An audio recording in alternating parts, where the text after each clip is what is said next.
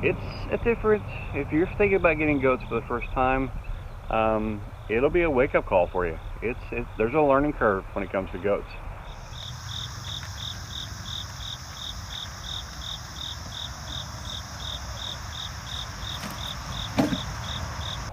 Hey guys, and welcome back. We'll update our goats. We recently, not too long ago, about 3 weeks ago, picked up 2 male pygmy goats. White one is Bill, and that's Ted right there.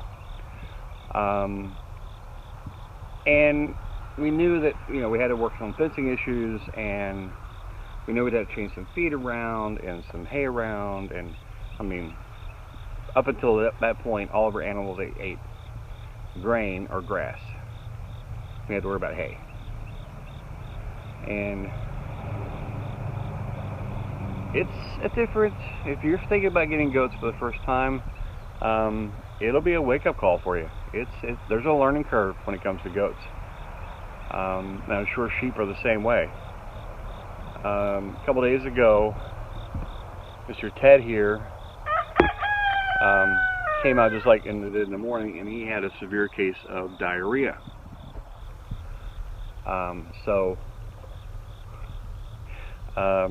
Of course, immediately worried, because that's not a good thing. Took a fecal sample up to the vet and discovered that he was just loaded down with worms, which if he's loaded down, you've got to assume the other one is too. And they're only 3 months old at that time, 3.5 months old. So, still a little skittish. We're working on him though. Last week, he wouldn't let me touch him.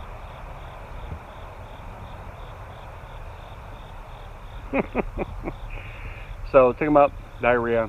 The vet gave us some deworming medicine, and we came back home and dewormed them both. That was Friday.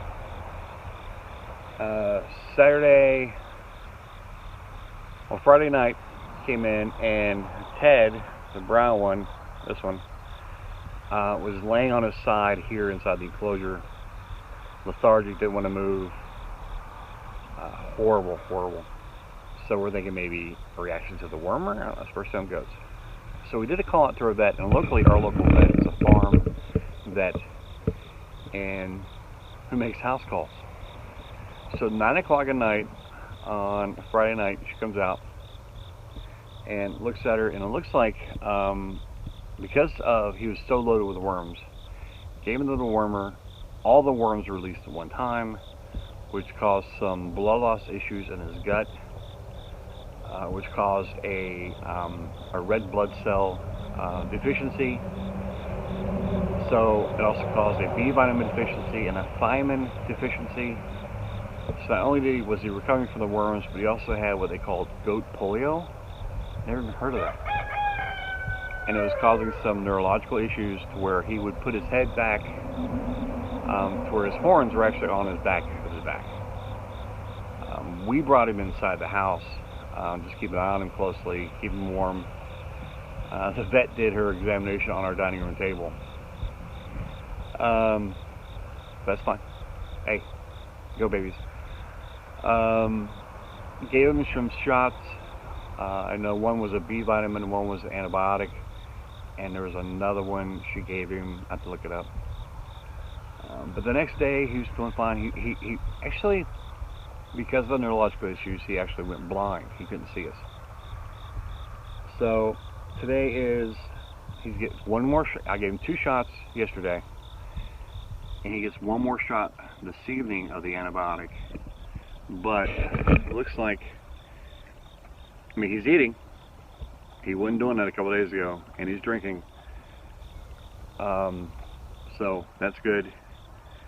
And he's still kind of not too sure on his feet. But again, yesterday he was all over the place. Kind of looked like he was drunk goat.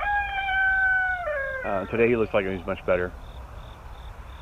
So, yeah, if you're thinking about getting goats, it is 180 out from chickens, geese, ducks, where you know, make sure you got water, throw some feed out, give them access to fresh grass, and go in a couple hours later and pick some eggs up. No, these guys, apparently their dietary requirements and their intestines and ruminants and how they process food is very delicate. You have to maintain a balance with it. So I hope that helps. If you're a new homesteader and you are considering getting goats, do as much research as possible you can, and then expect the worst but hope for the best. Be prepared. Go ahead and find you a farm or a veterinarian who deals with farm animals in your local area, because that it was a godsend. And believe it or not, I mean, we thought Friday night, 9 o'clock at night, a vet comes to your house. How expensive is that going to be? One bet. The visit and the shots is like $160.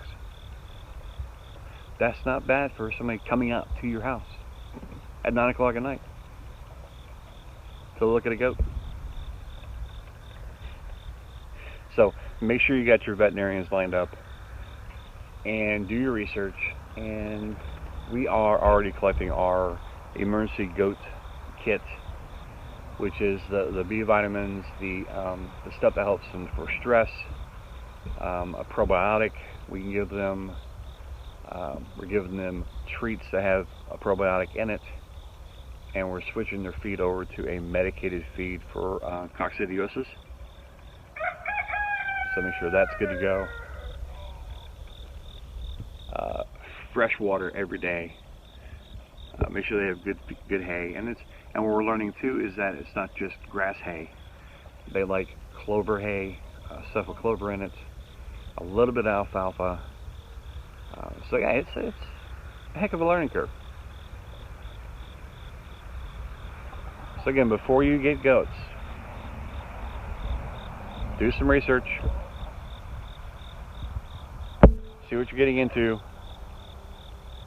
And it's not all about the fencing, the hay. I'll throw some hay in, throw some feed in. Oh no. These little guys are going to be a learning curve. But it looks like Ted is drinking in some water right now. And I am so happy to see that. He wasn't doing that 2 days ago.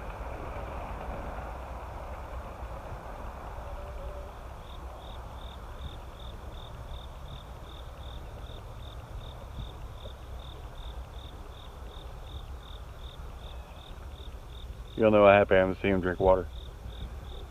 How's Ted? See how he bumped his head on that? I think he's still a little bit blind. And the vet said that could be a couple days or a couple weeks until that recovers.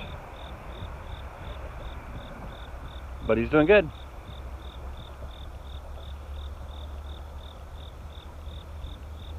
So until you see you again next time, be safe, be blessed.